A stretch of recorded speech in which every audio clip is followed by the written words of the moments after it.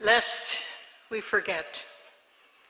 We see this engraved in all of the cenotaphs here in Oakville, where we gather as a community to remember and to give thanks for the service and the sacrifice of our men and women who died defending our freedoms, and to pray for peace in our war-torn world, and to serve Christ by serving others in the cause of peace and the relief in injustice and suffering. The Lord does call us to remember. Remembering is important. And it is an opportunity for us to pass on to the next generation the picture of respect and honor that we have today.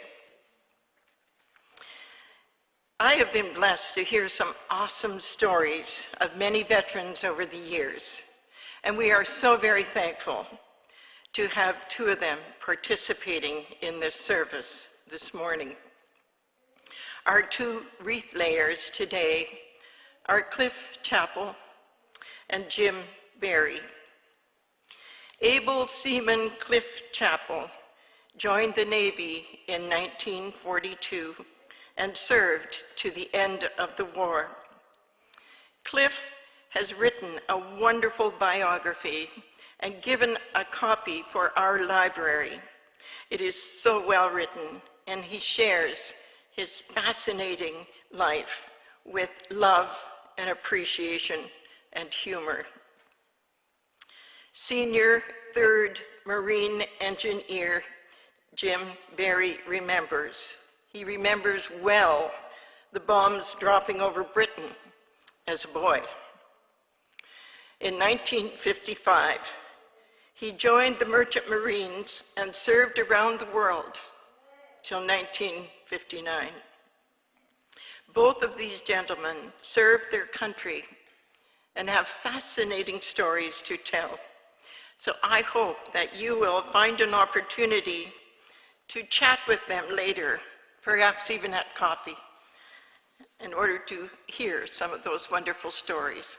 And it is a time, too, for you to share your stories of when you were young and pass these along to the next generation. The uniform that is on display is that of Flight Lieutenant James Leland Brown. He was a Lancaster bomber pilot, stationed in Britain.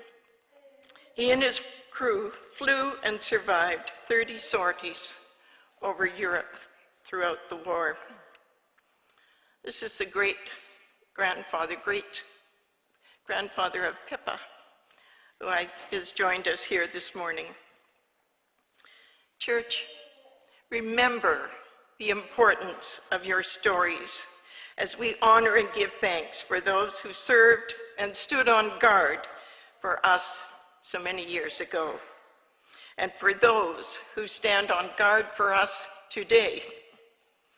They need to know that we support and remember them in our prayers. And we have more to remember and to celebrate as a congregation this morning.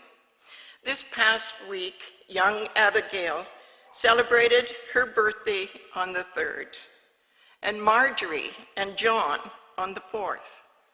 And this week, Erwin will be celebrating on the 8th, and young Myra on the 11th.